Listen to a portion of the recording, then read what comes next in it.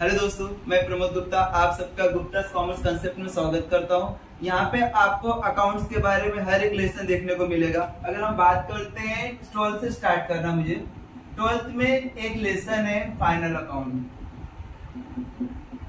Final account जो सबको tough जाता है, सब लोग बोलते हैं भाई टैली नहीं हो रहा, एडजस्टमेंट समझ में नहीं आ रहा है, ट्रायल बैलेंस का कौन सा चीज कहाँ पे आना है वो समझ में नहीं आ रहा है। उस केस में आपको क्या प्रॉब्लम क्यों होता है? क्योंकि आपका 11th क्लियर नहीं है, आपने 11th पढ़ा नहीं रहेगा, क्लास नहीं लगा रहेगा, कॉलेज में नहीं गए रहेगा, तो उस केस में आपको 12th में दिक्कत होती है। तो 11th का पूरा बेस है।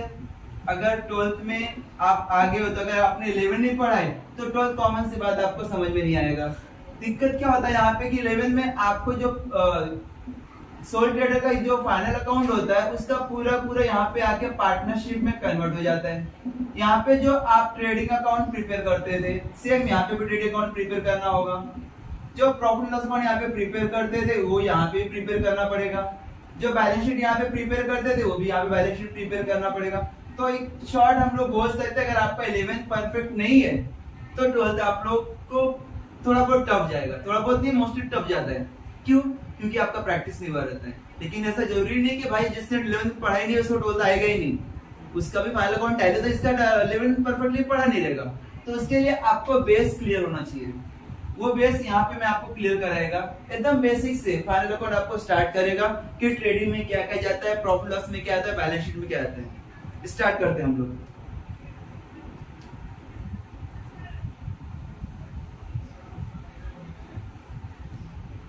फर्स्ट आपको 12th में क्या क्या देखना है वो ध्यान में रखना। 12th में फाइनल अकाउंट अगर आप पढ़ने जा रहे हो तो कॉमन सी बात है, इसका 12 मार्क्स का कंपलसरी क्वेश्चन आता है। उसके बाद इसमें आपको ऑब्जेक्टिव 2 to 3 मार्क्स का रहेगा। टोटल 15 मार्क्स कवर करता है और कंपलसरी क्वेश्चन आता है, इसको आप लोग इग्नोर नहीं कर सकते, छोड़ ही सकते। उसके बाद फाइनल अकाउंट में आपको अकाउंट कितना प्रिपेयर करना पड़ता है? पहला ट्रेडिंग अकाउंट जो आपने 11 में किया था सेम ट्रेडिंग अकाउंट यहाँ पे भी प्रिपेयर करना होगा। Second profit and loss account. Third one आपको एक्स्ट्रा प्रिपेयर करना पड़ता है पार्टनर्स कैपिटल अकाउंट। और लास्ट में बैलेंस शीट। ये 3 अकाउंट और एक स्टेटमेंट प्रिपेयर करना पड़ता है। आपने 11 में ट्रेडिंग अकाउंट प्रिपेयर किया था, profit and loss account prepare किया था, बैलेंस शीट प्रिपेयर किया था, लेकिन पार्टनर्स कैपिटल अकाउंट आपने नहीं बनाया था। बस यही पढ़ना था 12th में, लेकिन 11 में पढ़ा नहीं, कोई बात नहीं। हर एक चीज ट्रेडिंग में क्या क्या जाता है सब बताऊंगा, प्रॉफिट लॉस में क्या जाएगा वो बताऊंगा, बैलेंस शीट में क्या आता है, पार्टनर्स कैपिटल में क्या आता है वो सब बताऊंगा। किस तरह आपको फाइनल अकाउंट सॉल्व करना है, किस तरह टैली करना है, वो सब यहाँ पे डिटेल्स में आपको देखने को मिलेगा। तो स्टार्ट करते हैं। फाइनल अकाउंट में क्वेश्चंस आपको इतना पता होगा, एक ट्रायल बैलेंस दिया होता है। ट्रायल बैलेंस टैली फॉर्म में होगा, वो डेबिट साइड, क्रेडिट साइड। यहाँ पे आइटम्स दिए रहेंगे, डेबिट साइड का अमाउंट, परचेज, सेल्स, और यहाँ पे एक हिडन एडजस्टमेंट भी रहता है जो सबको परेशान करता है, हिडन एडजस्टमेंट। और लास्ट में एडजस्टमेंट तो दिया ही रहता है। एडजस्टमेंट मतलब एडिशनल इंफॉर्मेशन कि आप इसको एडजस्ट करें। मैंने फाइल अकाउंट प्रिपेयर कर ट्रायल बैलेंस बना के दिया है, आपको एडजस्ट करना है। किस में एडजस्ट करना है? ट्रेडिंग में, profit loss account, partners capital और बैलेंस शीट में। चलो वन बाय वन देखते हैं कि आपको ये देखना है कि ट्रेडिंग में क्या क्या जाता है। एकदम बेसिक से स्टार्ट करूंगा, बस आप इस वीडियो को अच्छी तरह देखना, ध्यान से देखना, केयरफुली देखना।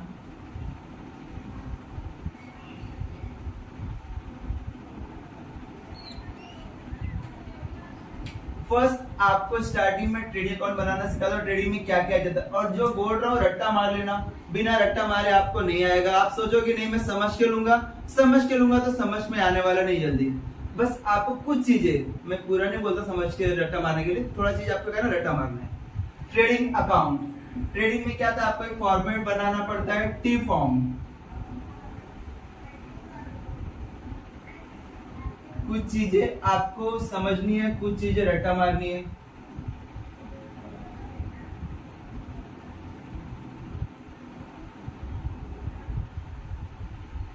Trading account, credit side, debit side ये अकाउंट है, अकाउंट मतलब एक आपको डेबिट साइड देखने को मिलेगा, दूसरा क्रेडिट साइड। ये इनर कॉलम का रुपीस है, ये आउटर कॉलम का रुपीस है, ये पर्टिकुलर है, ये रुपीस है आउटर कॉलम का, ये इनर कॉलम का रुपीस है, ये पर्टिकुलर है। स्टार्टिंग में आपको यहाँ पे जगह फिक्स है to opening stock, opening stock, इसको कहीं भी चेंज नहीं करना। इसका अमाउंट आपको आउटर कॉलम में ही लिखना है, कुछ भी चेंजेस नहीं करना है। उसके बाद टू परचेस, इसका भी जगह फिक्स है, इसको भी यहीं पे लिखना है, इसका कोई भी जगह चेंजेस नहीं करना है। उसके नीचे लेस परचेस रिटर्न, ये रिटर्न आपको परचेस में से माइनस करके जो अमाउंट आएगा उसको आउटर कॉलम में लिखना है। नेक्स्ट वन क्रेडिट साइड में by sales, inner column use करना क्योंकि इसमें रिटर्न्स हो सकता है।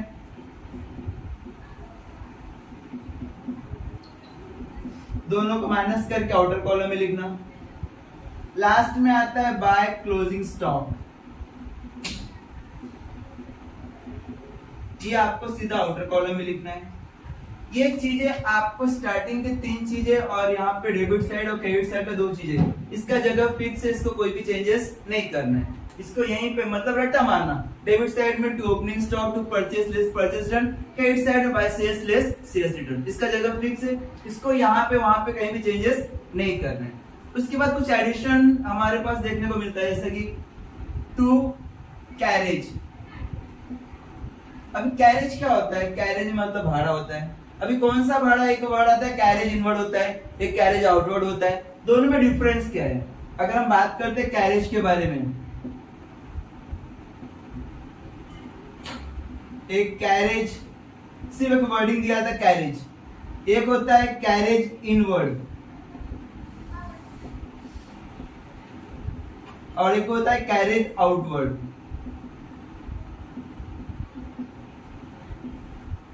डिफरेंस क्या है? इसमें कुछ ट्रेडिंग अकाउंट में लिखना होगा, कुछ प्रॉफिट एंड लॉस में लिखना होगा।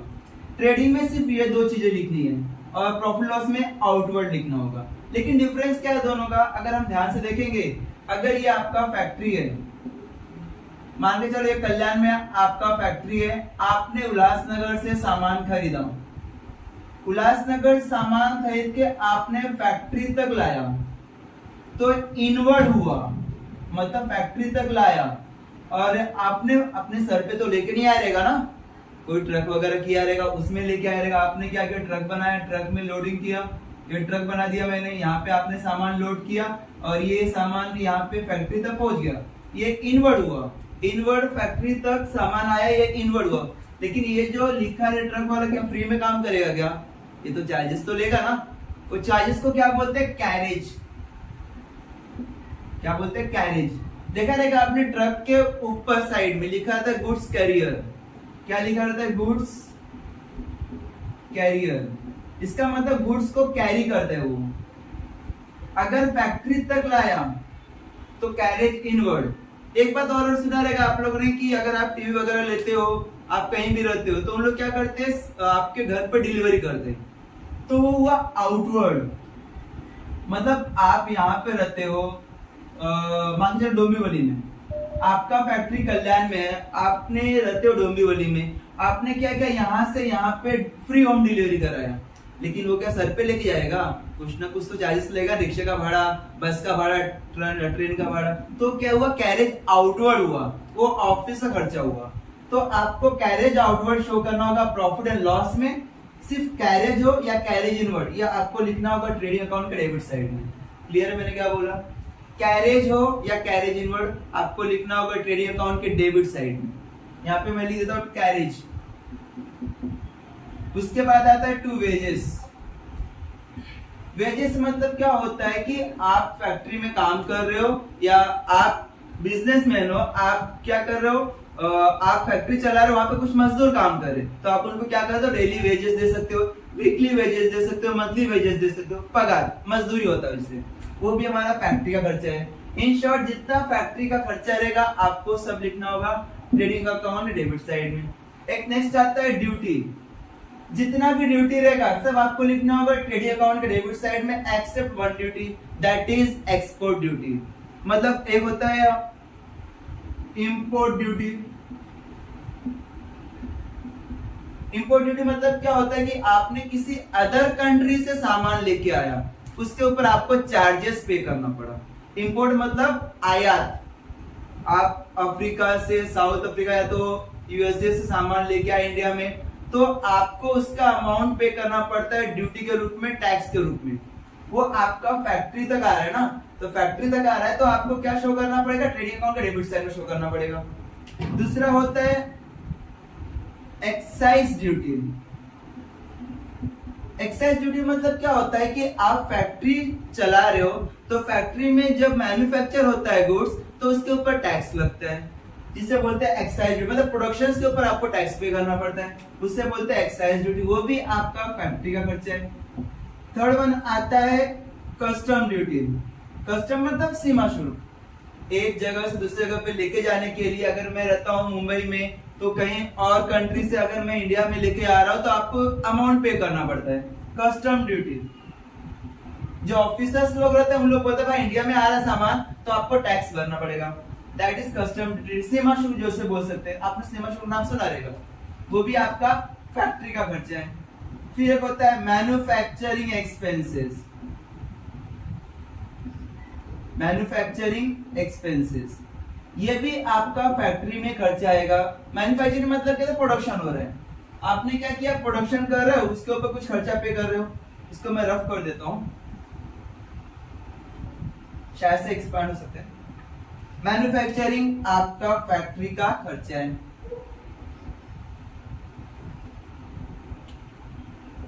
एक होता है कोल, गैस एंड वाटर। फैक्ट्री में देखा रहेगा आपने, कोयला वगैरह, ईंधन वगैरह यूज होता है, कोल यूज होता है, वाटर यूज होता है हीटिंग करने के लिए या कोल्ड करने के लिए। तो उस केस में फैक्ट्री का हमारा खर्चा है, आपको यहीं पे शो करना होगा। फिर होता है प्रोडक्टिव एक्सपेंसेस। मैन्युफैक्चरिंग एक्सपेंसेस भी आ सकता है वर्डिंग, प्रोडक्टिव एक्सपेंसेस का वर्डिंग भी आ सकता है, वो भी आपको शो करना होगा ट्रेडिंग अकाउंट के डेबिट साइड में। फिर अगर हम जब इसको टोटल करेंगे कुछ इस टाइप का, तो जो भी डेबिट साइड का टोटल अमाउंट आएगा और क्रेडिट साइड टोटल अमाउंट आएगा, आपको क्या करना होगा। अभी मान लीजिए डेबिट साइड का अमाउंट आया 10,000, क्रेडिट साइड का अमाउंट आया 40,000, तो जो अमाउंट ज्यादा रहेगा, अभी डेबिट साइड में 10,000 रुपया आ रहा है और क्रेडिट साइड में 40,000 रुपया आ रहा है, तो 40,000 का अमाउंट दोनों साइड में लिखना होगा। इसके सामने सामने 40,000 यहाँ पे लिखा, 40,000 यहाँ पे लिखा, इसके सामने सामने लिखना है। कम किधर है, डेबिट में कम है। कितना कम है, जाकर दोनों को माइनस करेंगे।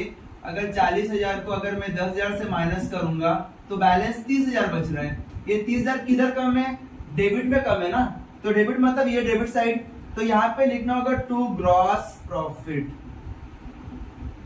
टू ग्रॉस प्रॉफिट, तो जो भी अमाउंट आएगा ट्रेडिंग अकाउंट के डेबिट साइड में बैलेंस कम आता रहेगा, इसका मतलब ये मेरा पूरा का पूरा खर्चा है और ये मेरा फायदा है।